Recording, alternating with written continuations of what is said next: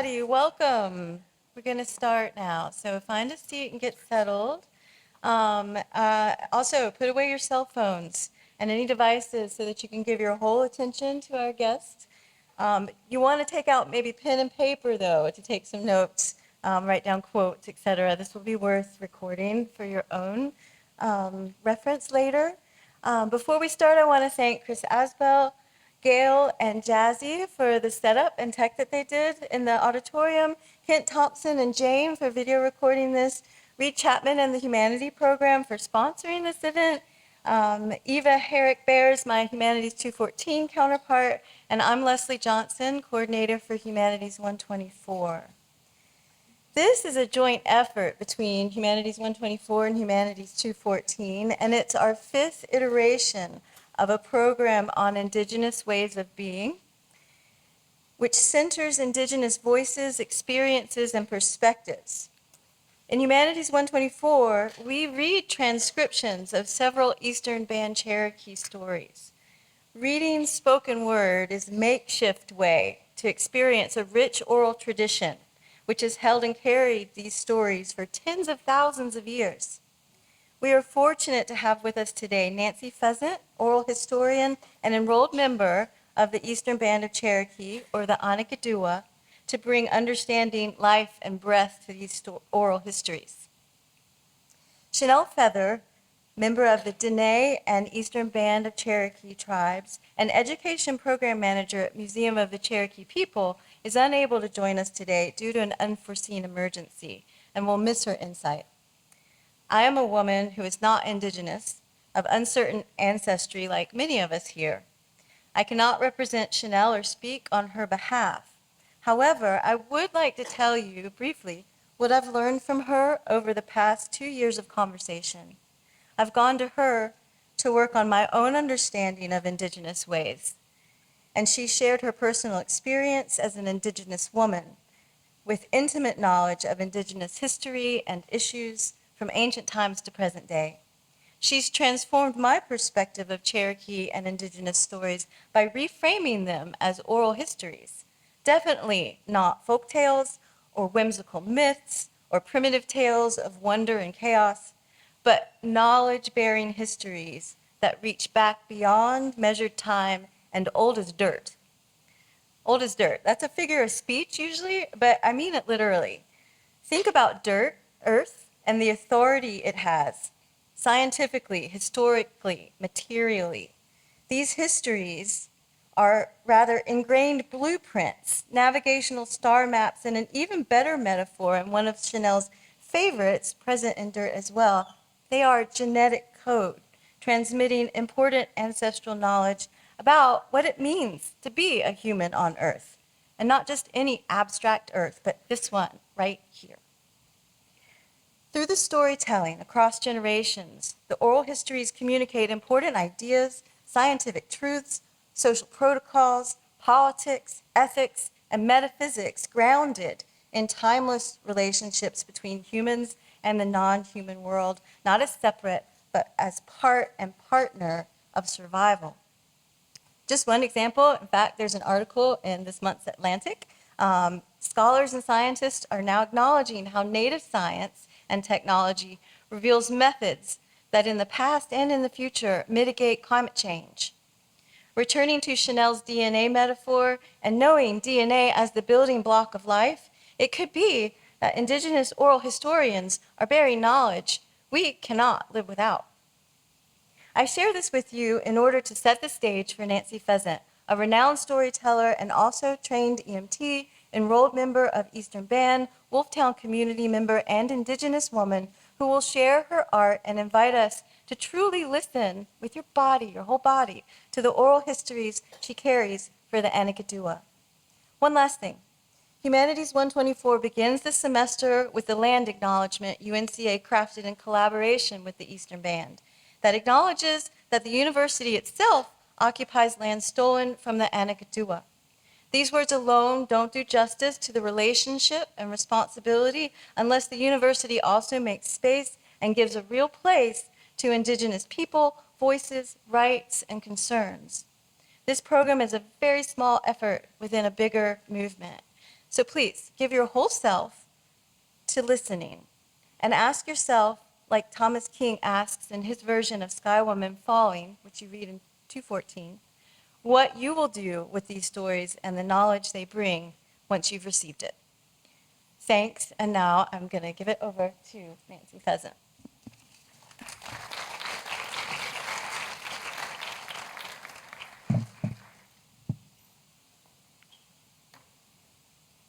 Shio, Nashi Tandisti Dogwado, Wayohi de Guena E, Zalagi, North Carolina, Kuala Boundary.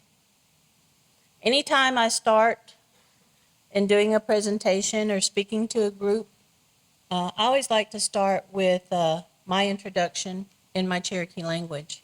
So when I say Shio, that's the Cherokee word for hello. Nashi Tandisti is my Cherokee name.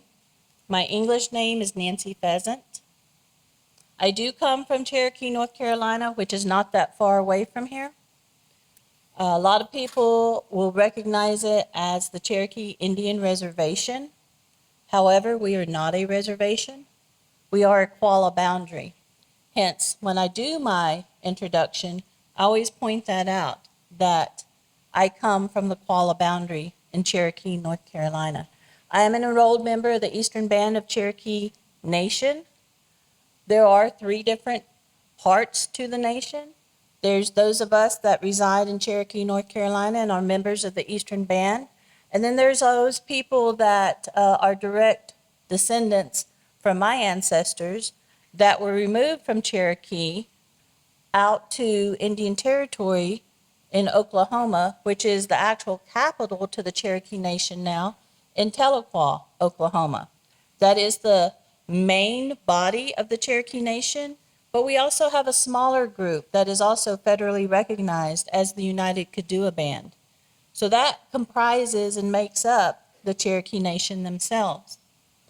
As I was introduced today, you guys also heard that I am a trained EMT. I'm actually a certified North Carolina paramedic. I'm since retired, been retired for about 3 years now. I served in that profession for about 27 years, working for my tribe on the Cherokee tribal EMS system. It's kind of a unique take on that, if you really think about it, because I am the embodiment of a woman living in 2 different worlds. I have my Cherokee traditional world. I also have my professional English version of myself, if you will. And so you will see that a little bit in when I am doing my presentations and storytelling. I get a lot of questions that, well, how do I meld those 2 worlds together? I tell you what, it is very hard. But if you stop and think about it, Western medicine, where did it originally come from? Almost all medication, unless it's a synthetic medication, can be traced back to our plants. I'd like to share a story today that I will get to, which also delves into that topic a little bit more in depth, in a story or a oral tradition, an oral history or a legend on the origin of disease and medicine itself. But before we get there, I always like to start out with the creation story. Show of hands, how many of you here today have ever read a version of the Cherokee creation story on how the world was made? Okay. There's lots of different versions out there. This is only one version that I'm going to share with you today. But I do like to add a little pre-context to this. My idea of a creation story may be just a little different than yours. If you're Christian, you're going to see some similarities. If you're from another religion, all religions share some form or fashion of a theme that almost meshes or melds together. That's the exact same way for my belief system as well. I'm not undifferent than any of you guys out there. But in the creation story itself and with the Cherokee people, we believe that we live here in Middle Earth, which is a only one world within a lot of different parallels of worlds. We believe in a sky vault. We believe in an upper world where the heavens are, where our ancestors reside, where the cosmos is. That's the sky vault. Today, we reside here, like I said, in Middle Earth, here on the planet Earth, terracotta, dirt beneath our feet. And then there's many, many other parallels to this world. We've got the sky world where all the birds fly. You stop and think about it, that's a pretty unique ability. If I was ever gifted a gift of power, or if you were gifted that same power, would you want a superpower of flight? Could you imagine that? We do get to experience flight through airplanes, through helicopters, but it's not really the true sense as what birds do. You think about it. Still very mechanical, right? How many have ever went hang gliding? That gives you just a little bit more sense of what a bird feels like when it's flying. Still mechanical in nature. That's a superpower none of us will ever be able to possess. However, we have a whole realm of birds that live in the sky. They make their homes here on Earth, but mainly they spend their day flying, migrating from one area to the next.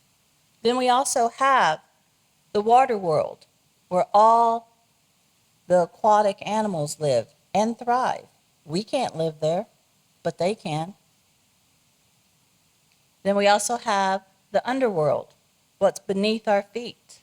Lots of many animals, insects, reptiles, lizards, bugs, spiders that burrow into the ground and find their home. But in the original creation story, the Cherokees believe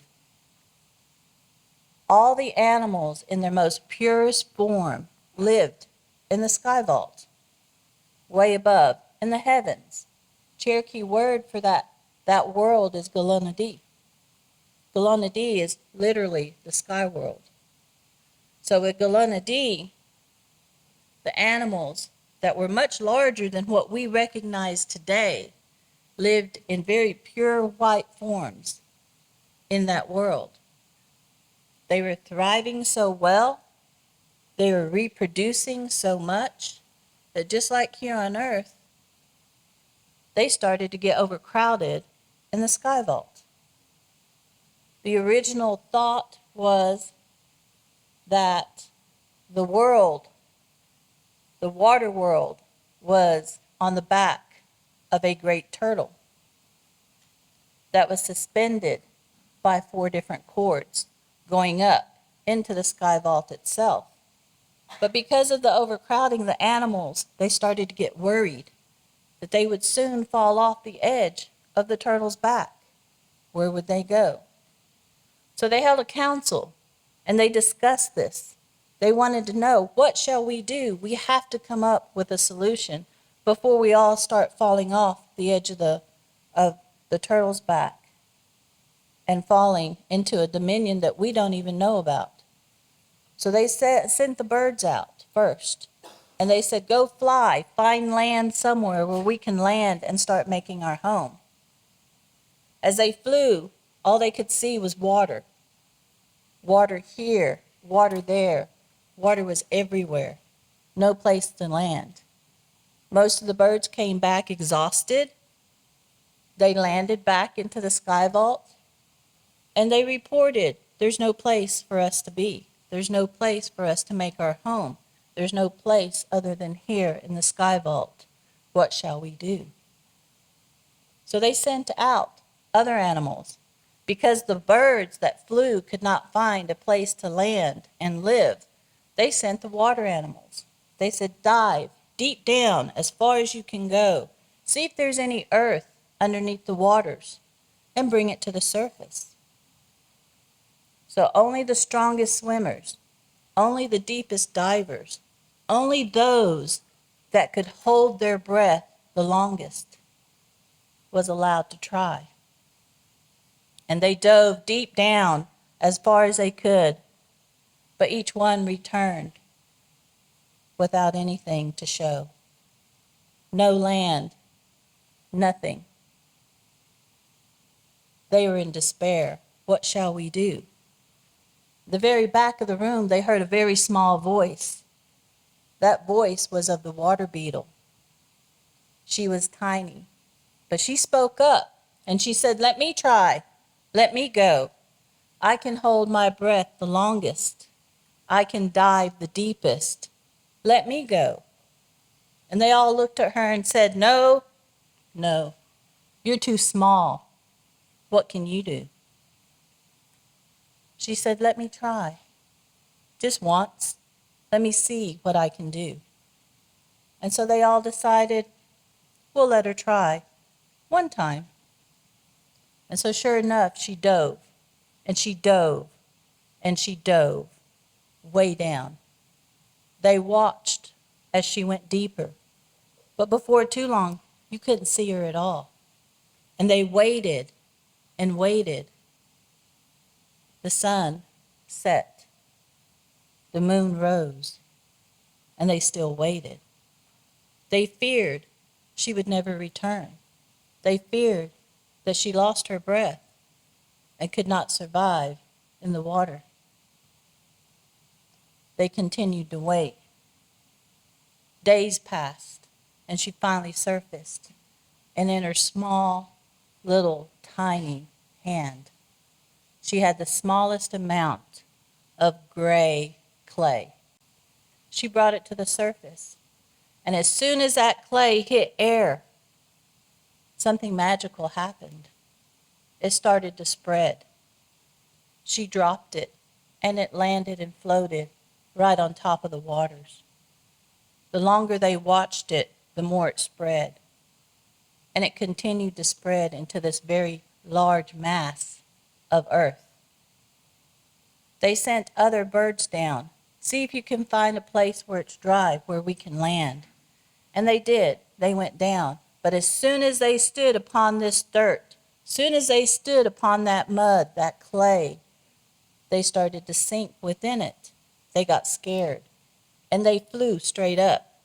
They flew back to the sky vault. And they reported once again, "There's no good place for us to make our home. What shall we do?" They thought about it again. Let's wait a little longer. And that's exactly what they did. They waited and they waited. And then it wasn't long before they decided to send the biggest bird, the buzzard. Shaloo, it's Cherokee word for the giant buzzard. They sent him forth, but he was clumsy. He was also very determined, and he was going to fly until he could find a place to land and make home, because it was way crowded in that sky vault. And as he flew, he kept looking, and all he could see was the water just past the land that was still soggy and wet. As he started to fly longer, he started to get just a little bit more exhausted, and he started flying lower and lower and lower down to the ground. And as he was flying and his wings dipped into the soft earth, it created the valleys that we see today. And as his wings came back up, that dirt that he had gathered on the tips of his wings fell off and landed plop, plop, plop, and created the mountains that we see today. That is the Cherokee's version of how we got the valleys and the mountains that we live in and believe are the most beautiful mountains in the entire world. It's quite interesting to learn that the Appalachian Mountains is actually considered the oldest mountains on the face of the earth. We have a very unique ecosystem here. We're also considered a rainforest in the Great Smoky Mountains National Park. We still find new species in our ecosystem every day, every year. It's important to realize that connectiveness that we have with nature, that connectiveness that we need to sustain, or before too long, we won't even be here. So how do we learn from our mistakes? We go back to the very beginning. Back to the story. Once the buzzard came back, was very exhausted, they called him home. They were afraid that if he continued flying, that the world would be covered with nothing but valleys and mountains. Can you imagine a world with only valleys and mountains? I like to go hiking, but going up those mountains, woo, little rough.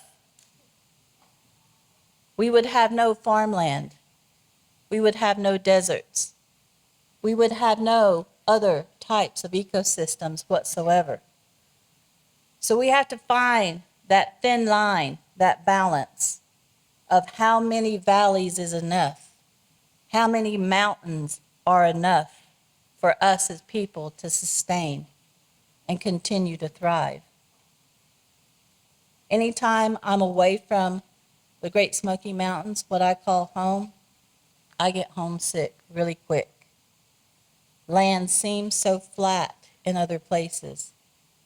The mountains always call me home. From that story itself, what other life lessons do you gather from it? Storytelling is just that. It's sharing wisdom. It's sharing ancient knowledge. But I can only give you the story. It's your interpretation that matters the most. It's your life, your values, your belief system that you put into it that defines the life lessons that we get from those stories. The Cherokees have been giving and sharing these stories for generations, all the way back to the very beginning. It is how we taught our children. It is how we taught each other our own culture. It is how we taught our belief systems and our values and what we honor today. We were put here with a responsibility as humans. We were put here to ensure that this planet maintains and lives on even after we're gone, even after we return to the sky vault, even after we are considered the ancestors. So if you think about it, what are you leaving behind for your children, for your grandchildren, and for their children in the future? At this time, for this one story, I'll open it up to questions and answers, because I can only give you my insights. But if you have a question, we do have a microphone set up just to my right, to your left. Please, I love to have an interactive audience. So if you have questions, come forward. I do want to share with you a quote on what it means to be a storyteller. This comes directly out of a book, was written by Christopher Touton and Hastings Shade. They are both from the Cherokee Nation. They wrote this book. I highly recommend it. Cherokee Earth Dwellers. Within it, they talk about storytelling in general. Zalagi Gayegoshti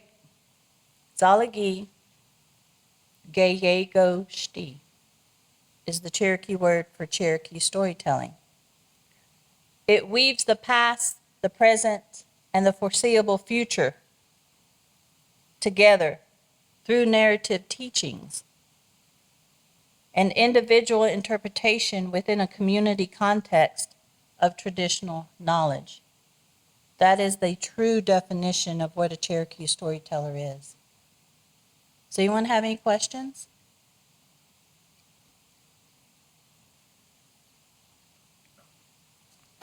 The Cherokee word for earth is Elohi. Elohi. We also have a Cherokee word for bear, His name is Yona. These are very important terms to remember in future stories that I'll be talking about. Jistu is the Cherokee word for rabbit. Go ahead with your question. Oh, thank you. I'm curious how the land dried up and became inhabitable in the story that you were telling. I don't know if you wanted to move on from that, but I was just curious about. That's a very viable question. I'm glad you asked. In the story itself, I emphasized that the people or the animals had to wait. Time, if you think about it, time means something different to everyone. How many of us have enough time? I don't. I wished I had more time. I'm 54 years old now. I'm retired. I wished I had extra time because I would have loved to have went back to the age that you guys are all sitting in here now. I would have much rather focused my efforts and my studies more into my Cherokee belief system, the traditions, and our culture, and even our ceremonies, because we've lost so much over the years. We need to regain this. I wished I was your age again, because I, at this age of my life, feel like I'm running out of that time. But in the story itself, when I said the animals waited, wasn't just a short amount of time that they had to wait. Every time I said wait, it actually referred to a day, a week, a month, or even a year. There's no true definition to time in the Cherokee stories that we tell, but with each passing of each creature coming down to find dry land, they return disappointed. Did they stay disappointed? Did they say, well, there's nothing there, let's give up? No, they didn't. The Cherokee people are very resilient people. We're a powerful people. We're strong. We're strong individuals. We're strong in nature. But we're not just strong by one person only. We have a true belief system that when we raise a child, it takes a village to raise that one child. So when we connect with others, like I'm doing today with you as individuals here to hear my stories, we're connecting. And we're making life even stronger just by those connections. So that time is unmeasurable. We do believe that there was still a sun. We do believe that there was still a moon, which helped us to correlate what time was. But in the story, when I said wait, I didn't specify how long they waited. How long would it take for just a little bit of clay to dry? How long would it take for a continent to dry? It's hard to say, but it's a really good question. Thank you. Thank you so much. Yeah. Anyone else? Okay. Yeah, I was just wondering, how variable is this sort of creation story across different tribes in North America? Does it sort of follow the same plot with, minor differences? Absolutely. You will find out that regardless of what indigenous tribe any one person claims to be, if they start speaking on their culture and their creation stories, you're going to find a lot of those exact same themes or those same topics that literally are interlinked. I'm also Potawatomi. I'm not just Cherokee. I'm Potawatomi on my mother's side, on my grandmother's side. But with that being said, the Potawatomi creation stories, because we were so close in geographic location for where our tribes actually lived, that a lot of our creation stories are very similar. The Navajo also believe in a creation story where the world was created off of the back of a giant turtle. Turtles have a huge significance, not only in the Cherokee belief system, but in a lot of native indigenous tribes across the world. If you ever look at a true turtle and counted the individual scales or plates on their back and the number going around, you're going to find very significant numbers. The number 13, the number 28, the number 52, the number 7. Those all correlate to that question earlier about time. 7 days of the week. 7 is a very sacred number to the Cherokee people. 52 weeks in a year. 13 moons in a year. 28 days in a cycle. Does that make sense? That's all on a turtle's back. That's why the Cherokee and other indigenous tribes have a lot of significance when it comes to turtles. In our art, you're going to see turtles represented in many different ways. But yeah, so the creation stories, you're going to see some variables, but not many. They all fall back on the same theme. So yeah. There's another story that I mentioned, and as far as time is concerned, I do want to talk a little bit about that. I mentioned it at the very start of this presentation today on the origin of medicine and disease. After the world was created and man was placed on the world, or down here in Middle Earth, originally he didn't have a whole lot of responsibility. I want to go back to that time when I had no responsibility whatsoever. You know, all I had to do was walk around in nature. The only thing I had to worry about was myself. I didn't have to worry about where I was getting food. It was all around me. Today, when you look for food, where do you go? Fast food? Restaurant? Home to mom and dad? To the grocery store?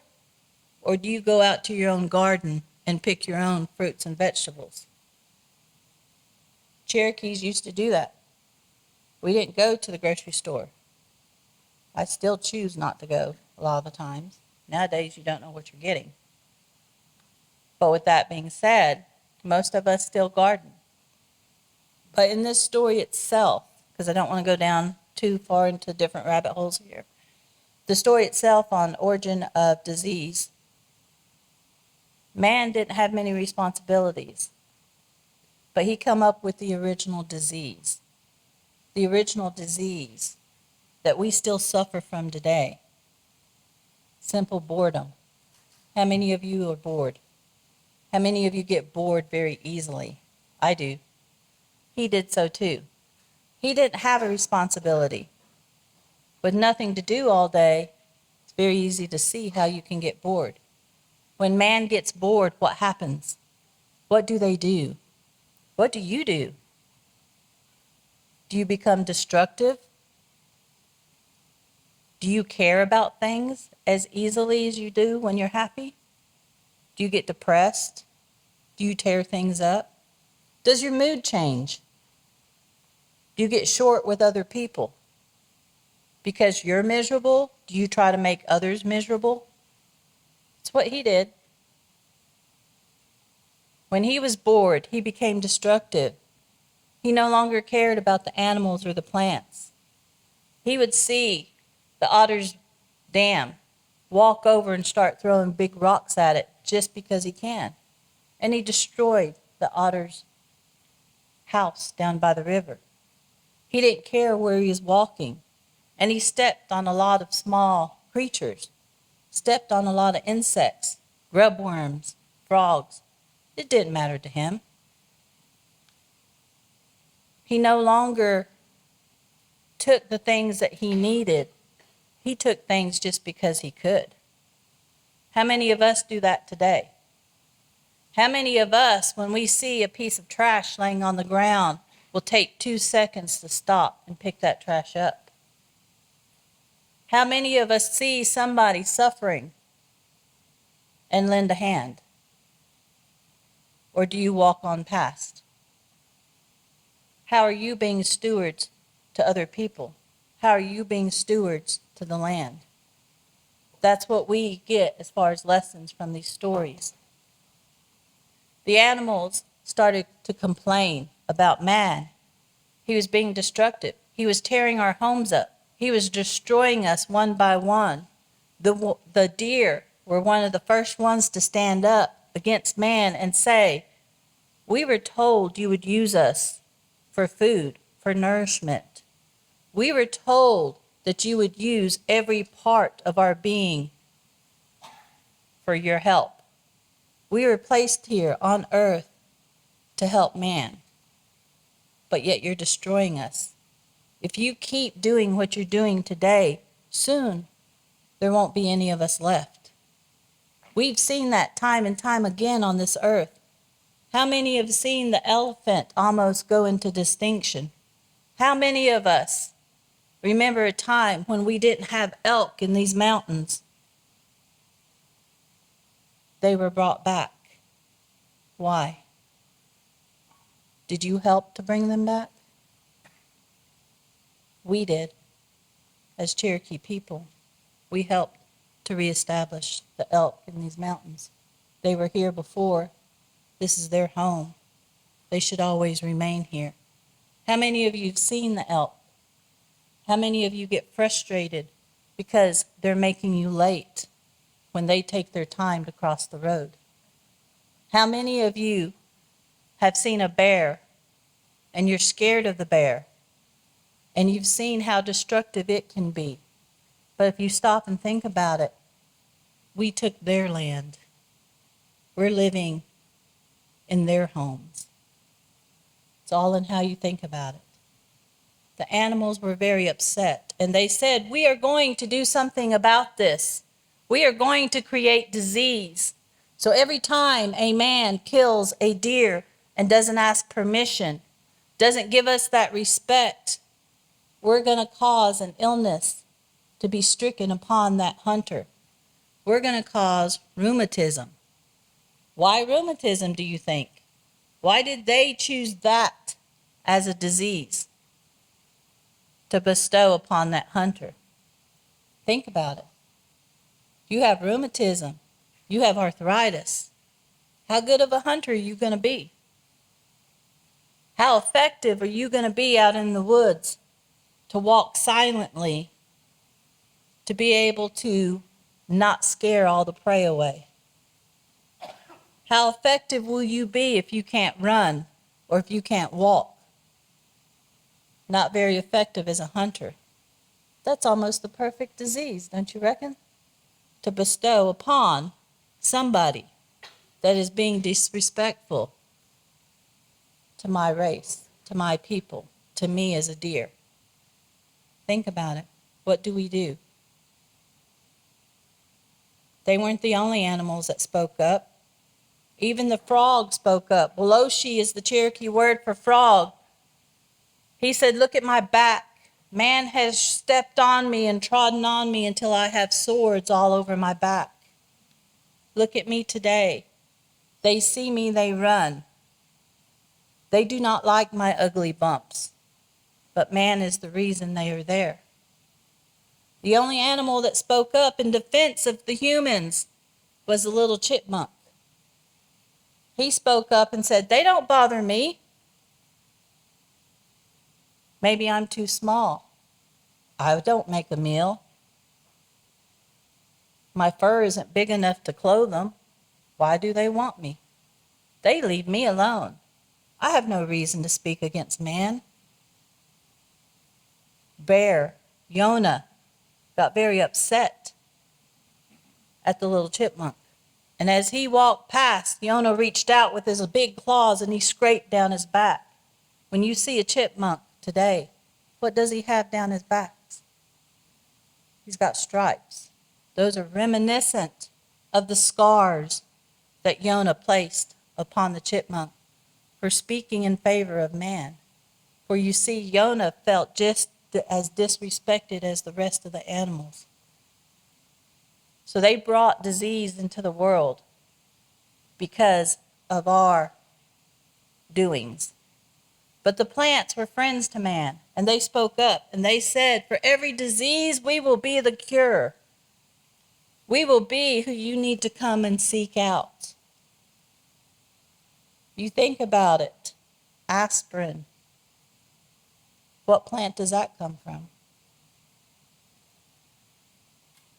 Lots of medicines out there. When I get sick, even as a paramedic, and this is where my field kind of collided, even though my profession was when someone called 911 to respond and take care of that person that was ill, sick, or injured, scooped them up, done everything I could in my power to help them, to care for them, to take them to a hospital, to turn them over to the doctors and the surgeons.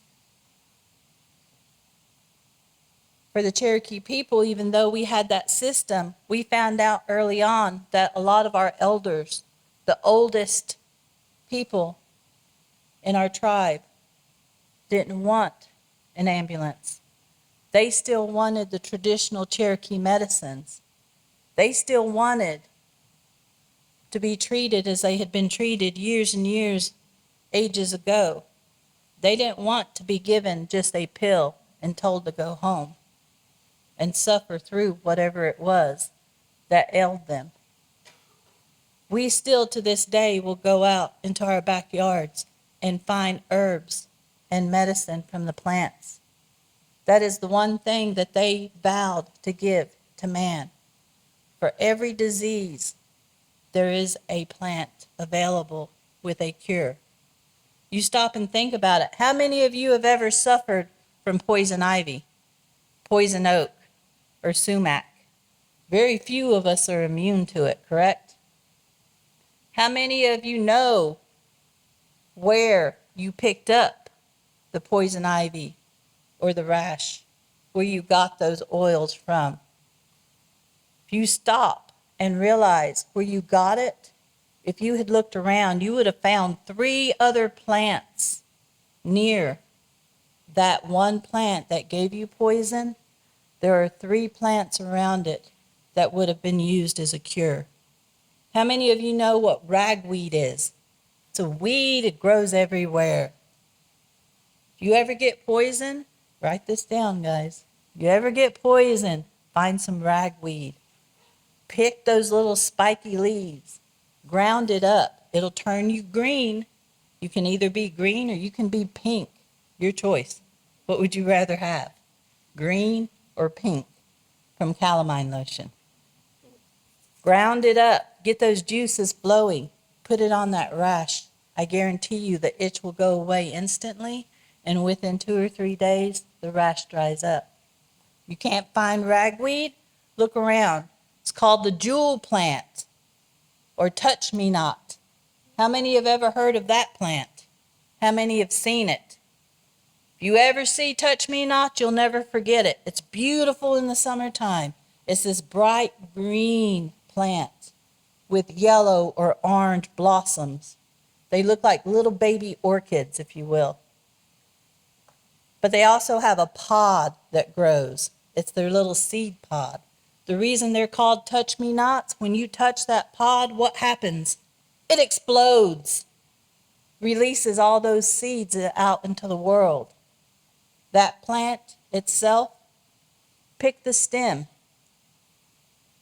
pull it apart. It's ooey and gooey inside. Just like the aloe plant is ooey and gooey, the jewel plant, same thing. Rub it on that rash. It will cure and dry up within a few days. The sumac, the poison ivy, or even the poison oak. So that's just one small example of how the plants are still friends with the Cherokee people, with you as a human. You can always find what we need in nature. Any questions from that story?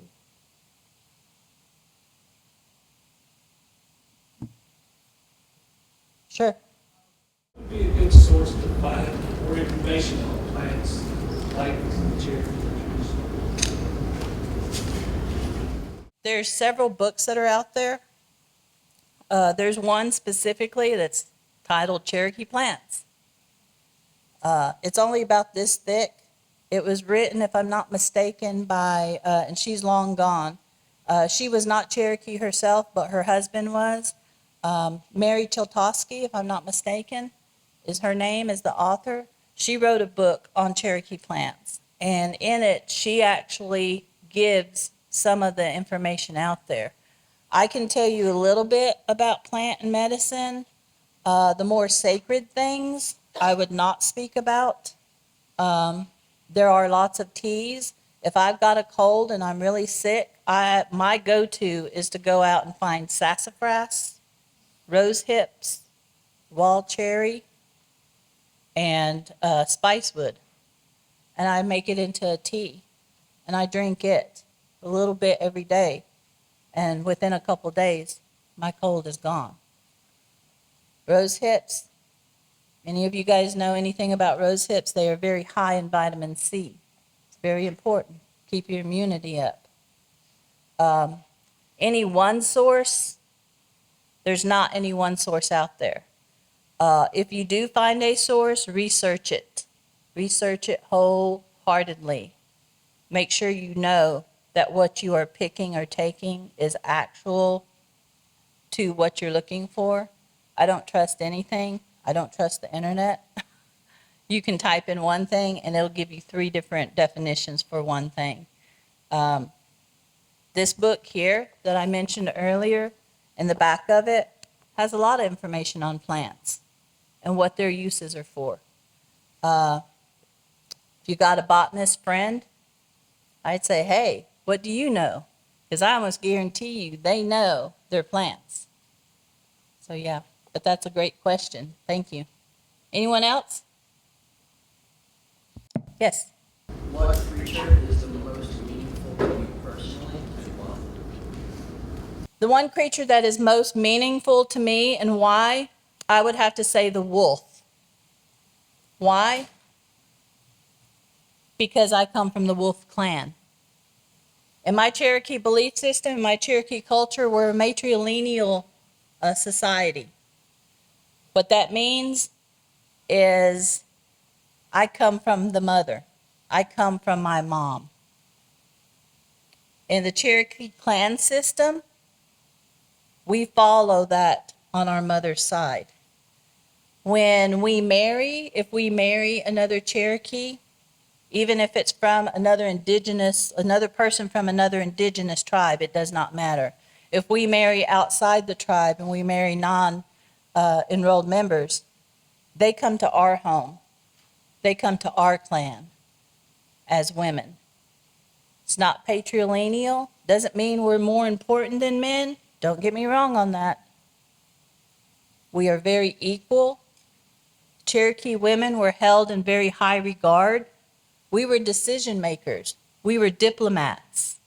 During the time that the Cherokee were fighting against the treaties that were being passed by the U.S. government that was going to forcibly move us from our land, the women spoke up and said, no, we will not move. We were high in the decision-making hierarchy within our tribe system itself. It's also a known fact that Cherokee women were the only indigenous women from any tribe that participated and was an actual soldier within the American Revolution. Did you read that in your history book? Probably not. Research it. It's out there.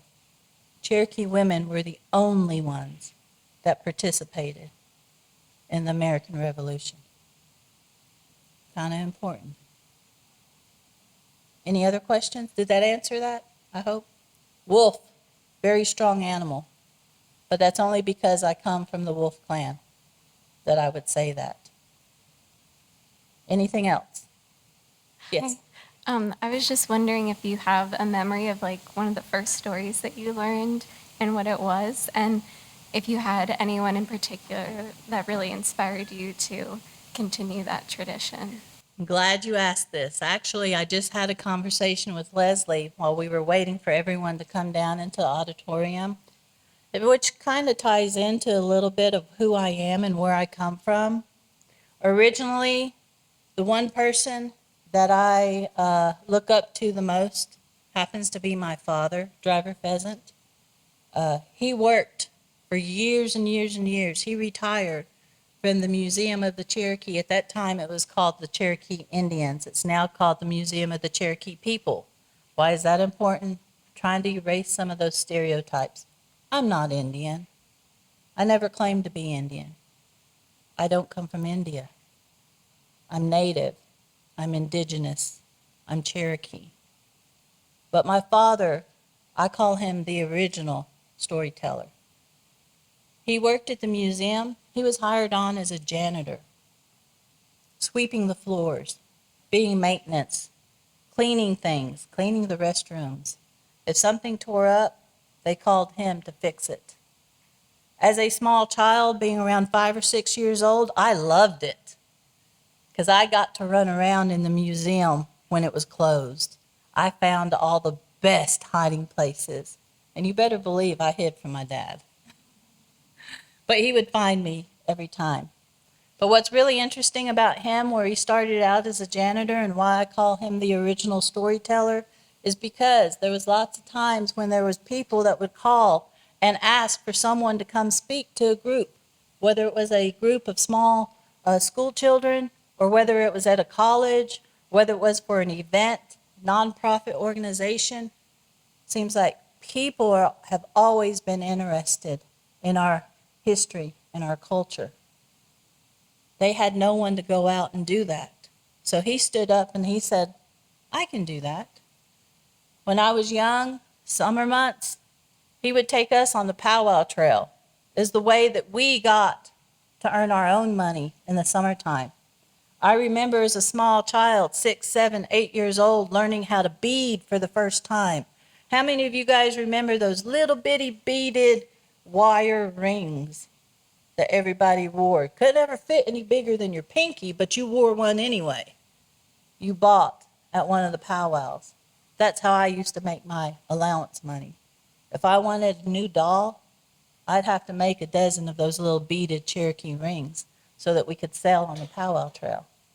But as him working as a janitor at the museum, he was one of the first storytellers. He would go out into the community and he would share that knowledge. That's one of the main reasons when I retired, I went back to my roots. I went back to doing storytelling. And that is why I'm here today, sharing this knowledge and passing it on to you.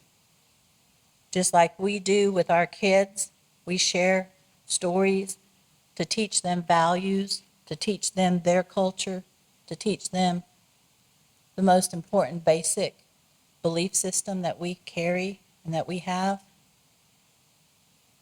We share it through our stories. So he was the original one for me.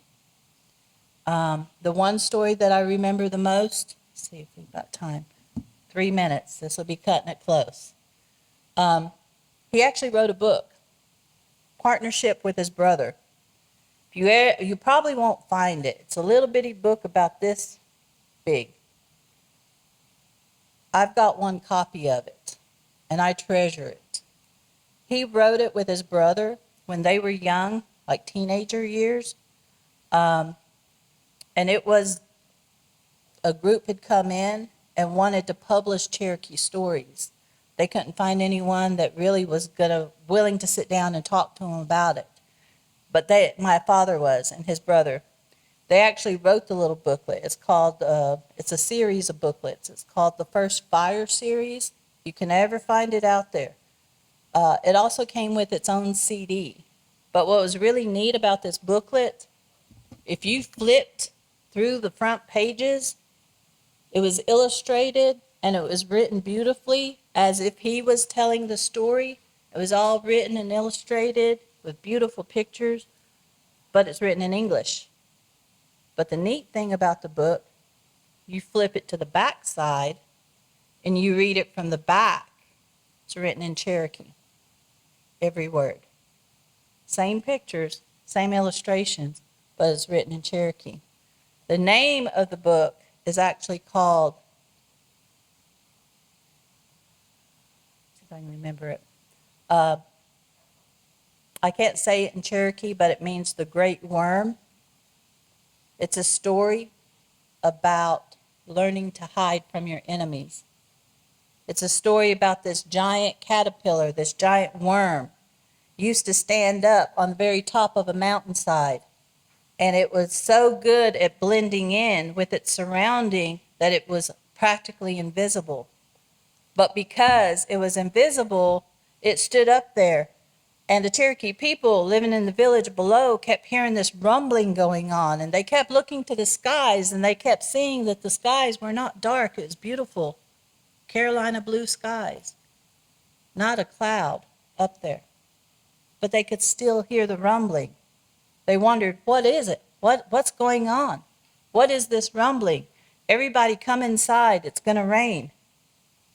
The hunters said, we don't have time for rain. We're going to go on our hunt anyway. And that's exactly what they did. They gathered their bows and their arrows, and they took off to go on their hunt. And when the hunting party left the village, they left behind all the women, the children, and those that couldn't hunt. So our elders were also left behind. But the rumbling still went on at the top of the mountains. When the hunters left, this worm saw them leave every day.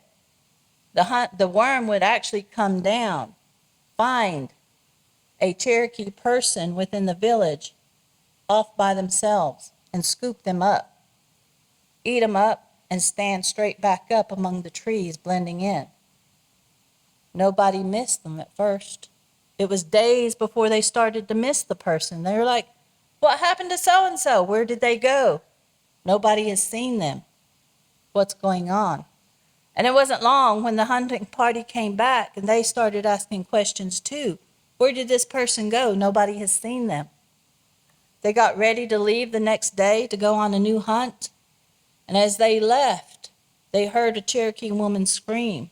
And they saw this giant worm come down, scoop another person up, gobble them up, and stand straight back up, blending in with the trees. So now they knew what was going on. Mind you, in the actual story, it's a lot longer than this. I'm just trying to shorten it.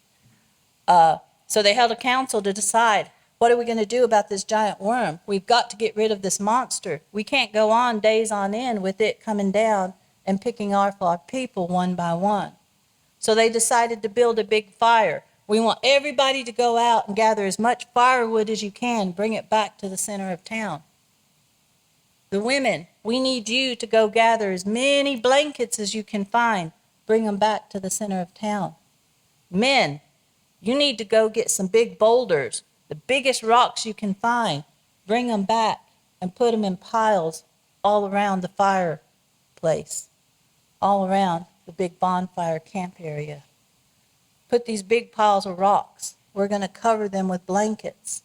We're going to light a big fire. And that's exactly what they did. And they waited. Sure enough, they heard that rumbling in the mountains again.